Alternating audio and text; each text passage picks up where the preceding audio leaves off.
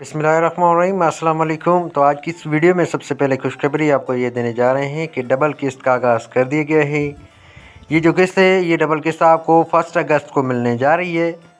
तो इसमें जो है सेम तली वज़ाइफ जो बच्चों वाली किस्त है इसमें ऐड नहीं की गई है। ये सिर्फ सेम तली वज़ाइफ की जो किस्त है आपको वो ही मिलेगी। तो इसमें सबसे पूछे जाने वाला सवाल ये था कि क्या इसमें जो बंद कार्ड हैं वो भी ऐड किए जाएंगे, क्या इसमें जो 8171 के ज़रिए जिनको SMS मौसूल हो चुके हैं क्या उनको ये किस्त मिलेगी, और क्या जिनके जांच पड़ताल में कार्ड थे उनको भी ये किस्त मिलेगी या नहीं।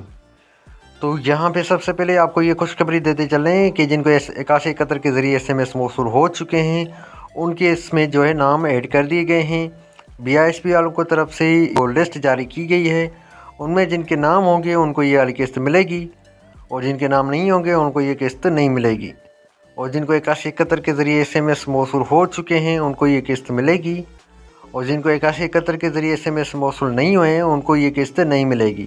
और इसके अलावा जिनके कार्ड बंद थे उसमें भी इनको जो है ऐड किया गया है, उनको भी ये वाली किस्त मिलेगी। और इसमें जो सबसे बड़ी अहम बात ये है कि जिनको 12,000 रुपये मिले थे उनकी भी लिस्टें जारी कर दी गई हैं।